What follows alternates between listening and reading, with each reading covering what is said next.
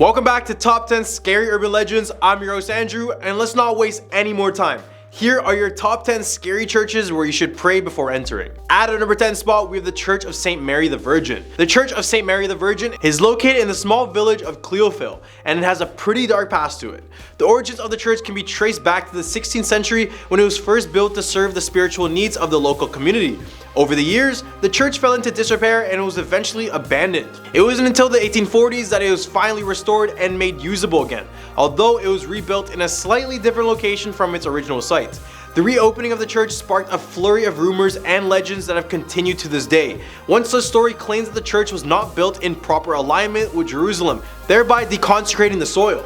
Another story alleges that the church was built atop a former leper colony, further contributing to its dark reputation. But it was really the events of the 1960s that truly made the Church of St. Mary the Virgin very famous. In 1963, reports surfaced that a black mass had been held within its walls by local Satanists. According to these accounts, the graves of 6 women were dug up and their skeletons were used to perform necromancy.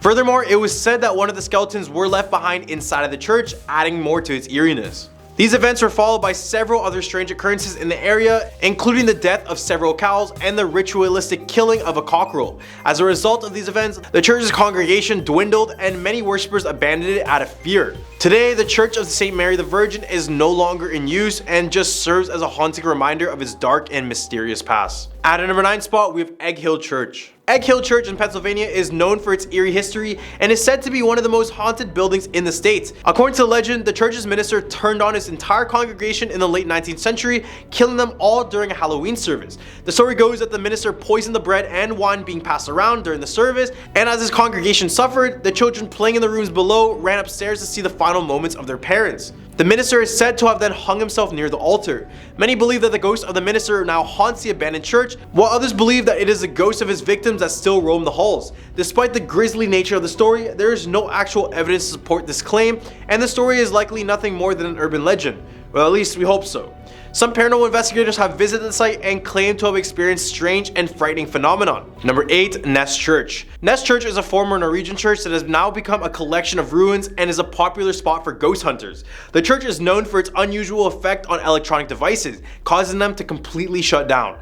The most popular myth surrounding the ghostly presence in the church is a priest named Jacob Christian Finnegan, who served there from 1800 to 1837. Now, there are 2 versions of the story about his fate. One states that he and his children were killed by an evil gang who looted the church, while the other one says that he personally put his children behind brick walls and enclosed them in it. Regardless of the accuracy of either story, the screams of the children are often heard and accompanied by sightings of the priest's ghostly figure. It is said that he will stalk and follow those who come to the church, causing them a sense of unease. If you visit the church alone, it is believed that the ghostly priest may attack and cause harm to you.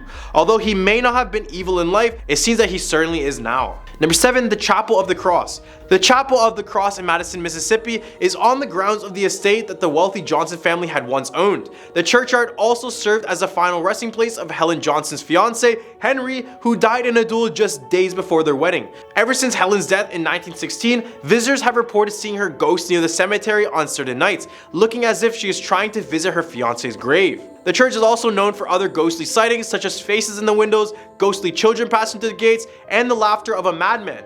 But in and around this church, the figure of Helen can be seen walking around, and in some rare cases, so too can the spirit of Henry can be seen with Helen. Henry's grave is located in the cemetery, but there is no documentation of what Helen's grave's whereabouts, which could explain the recent sightings of both of them. Visitors can sit on the bench near Henry's grave and talk to him, but really, I don't know who would volunteer to do that. Number 6, St. Michan's Church. St. Michan's Church in Dublin, Ireland is a historic place of worship founded in the year 1095 and located behind the Four Courts on Church Street near the Jameson Distillery in Smithfield. The most fascinating aspect of the St. Michan's Church lies beneath the church in its burial vault, where the mummified remains of many influential families from the 17th, 18th, and 19th century can be found. And they say that you can hear the disembodied whispering voices from the mummies entombed in these vaults. They are home to the legendary Shears brothers, who were Republican revolutionaries convicted of high treason, as well as the Earls of Leitrim and the death mask of Wolfe Tone. The vaults contain highly decorated coffins, and the mummies are on display due to natural deterioration. The most notable mummies in the vault are the Big Four: the Unknown, the Thief, the Nun, and the Crusader. One of the mummies, believed to be a soldier who returned from the Crusades, is said to bring good fortune to those who touch his finger. However, visitors are no longer encouraged to touch the mummies, as the head of the Crusader was once stolen and the display was temporarily suspended. Some visitors have reported eerie experiences in the vault, such as hearing whispers and feeling watched by unseen hands. Despite recent scientific and historical research disputing the stories surrounding the Crusader and the Thief, the legend adds to the excitement of visiting the vault at St. Michan's Church, and the only way to find out if this place is truly haunted is to probably visit it for yourself. In the hub of our list, we have the Norwich Cathedral.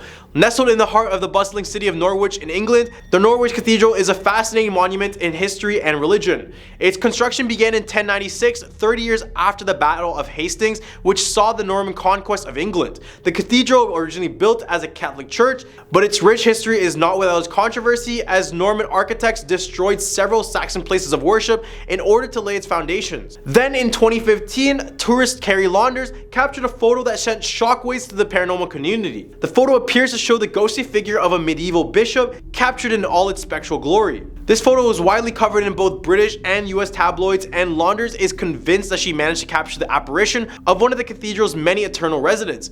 This bishop is not the only ghostly figure that is said to haunt the cathedral. It is believed that the spirits of executed lollards also roam the cathedral grounds. These lollards, who held heterodox religious beliefs, were burned at the stake, and their chalk pits, which were used for their executions, eventually became part of the cathedral. Number 4. St. Mary's Church. This 3-foot tall wood carving of a devil is now located in the Swansea Museum in Wales. But before this, it stood on top of a building looking down at the St. Mary's Church in Swansea.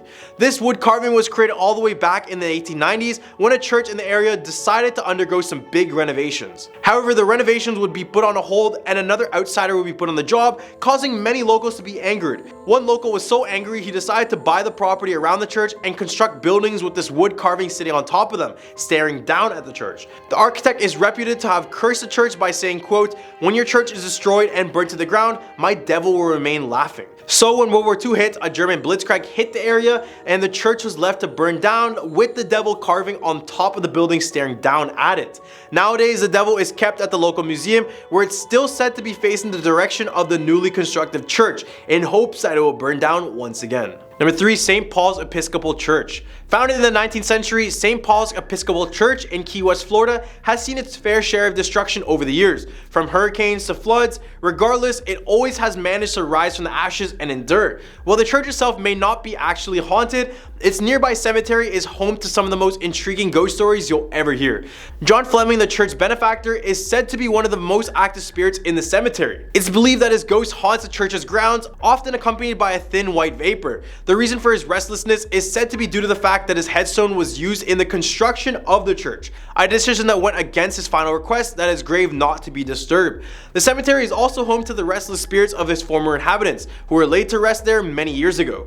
In 1928, a devastating hurricane tore through the cemetery, scattering bones and remains everywhere. So you can see how a lot of these spirits probably were disturbed. Some of these bones were even found in nearby trees and on the ground, left to rot. What makes the cemetery even more haunting is the fact that it was built on top of an older Semono burial ground. It is said that the spirits of the Spanish and American settlers buried there, along with the spirits of the Semonos, now haunt the area surrounding the church grounds. Definitely a church you would want to pray well before even entering the area, let alone inside of it. Number 2. The Satanic Purple Church. In the town of Spencer, Oklahoma, there are the remains of an old church with stairs leading to a basement known as the Purple Church. Locals claim that this place was used for devil worship and forms of witchcraft and even animal sacrifices. Others even claim that when a full moon coincides with a Saturday, Satanists will sacrifice virgins here at this church. Apart from that, before you enter, you will be met with various satanic purple pentagrams and symbols. If you happen to stumble upon this area for some reason, don't be surprised to see animal carcasses scattered around, as they are probably used in some form of ritual. The issue about this place is that people may have not been only chased by spirits,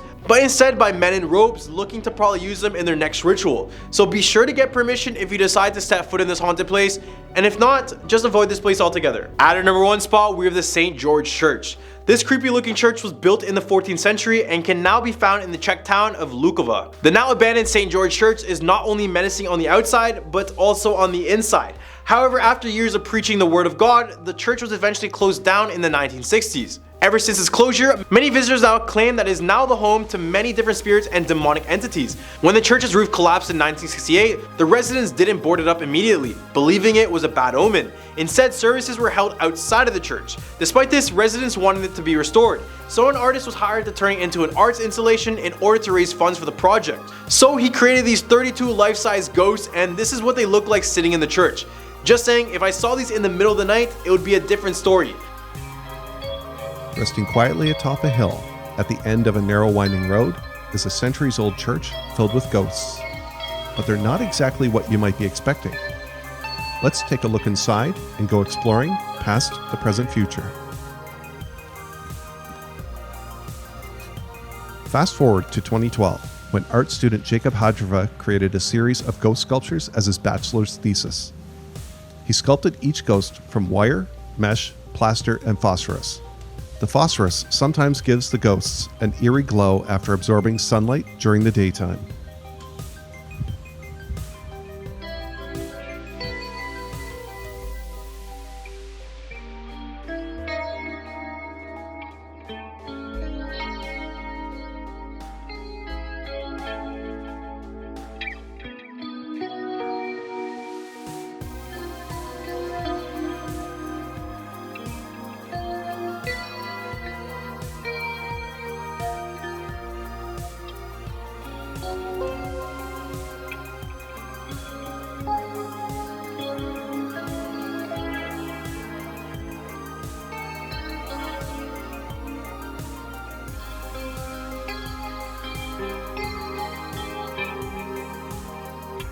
Well, these are the top 10 scary churches where you should pray before entering. What did you guys think about this list? Leave a comment down below with your thoughts, and be sure to like and subscribe to this video for some more future content. I'm your host Andrew, and I hope you guys have a scary day.